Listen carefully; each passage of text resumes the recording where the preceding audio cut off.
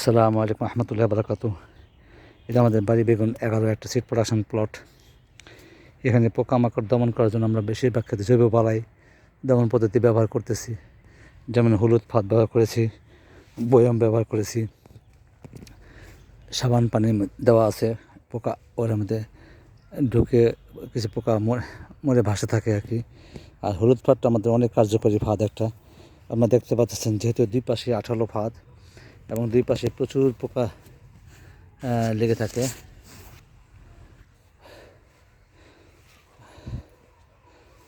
গাছের গ্রোথ মাশাআল্লাহ ভালো।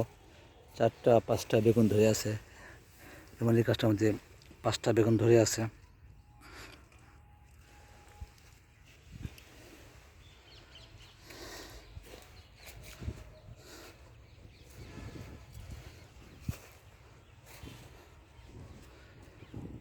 ধন্যবাদ।